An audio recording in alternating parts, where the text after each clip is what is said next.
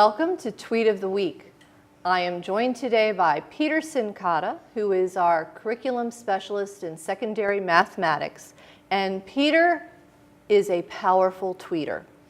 Lots of tweets coming from Peter, but also Peter uses it as a professional learning tool. So Peter, you want to talk a little bit about what you wanted to bring to Tweet of the Week this week? So thank you. A big powerful part of Twitter for me is looking at different chats that go on with things that I'm interested in. And I recently participated in a chat called SBL chat, which stands for Standard Based Learning Chat. And it's a period of time once a week where people from wherever around the country and around the world get together to talk about this one topic. So I participate in that chat where we talk about standard-based learning. And what led you to having an interest in standards-based learning? Well, currently here in Frederick County, as you know, we're building a new high school at Frederick High. And we're thinking about this sort of school of the future, but today, not years from now, but right now. And what can we do to teach differently? What can we do to help students differently? What can we do to help students to do better and kind of teach in the way that they learn today?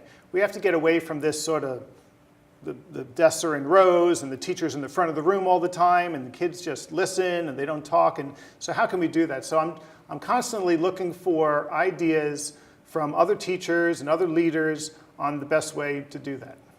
And so people don't often think about the fact that Twitter really can be a professional learning tool and that there are many different chats out there.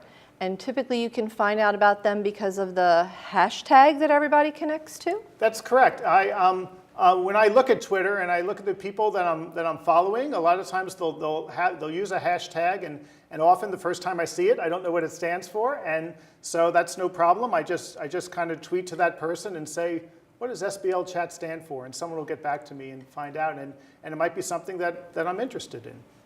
And so we've done some Twitter chats, mostly to get engagement or conversations around the budget and for the superintendent's book club, but you were talking about something that was called a slow chat. Could you explain that one to us? Yeah, so recently, I think it's recent, or maybe I'm too slow to pick up on it, is that there's this slow chat is usually chats are a sort of set hour from 7 p.m. to 8 p.m., something like that. So a slow chat is they'll put forth a question or a couple of questions or an issue, and people will have maybe a few days or a week to chat about it, and then at the end of the week they'll put in another question. So you don't have to be there at a specified period of time. You could chat, you could tweet at any point, and then you could follow that hashtag and see what people are saying.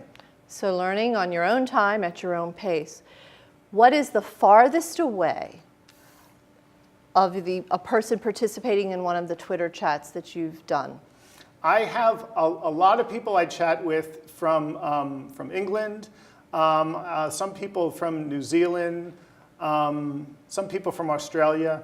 So wow. yeah. And that's another nice thing about slow chat. Obviously, if there's a certain time of day that we're chatting for sort of a regular chat, it might be the middle of the night on the other side of the world. So a slow chat, you get to hear from people from all other areas.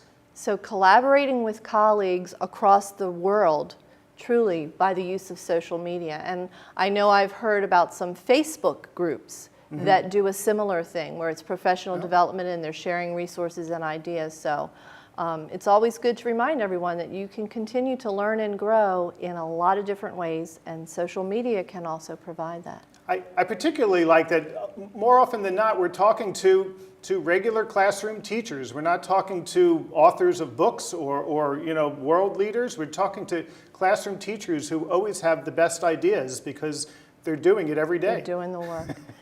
Thanks so much for joining us. Every week is a new adventure on Tweet of the Week. Lots of things to learn, lots of people to celebrate. Hopefully, one of those days it'll be you. Thanks for joining us.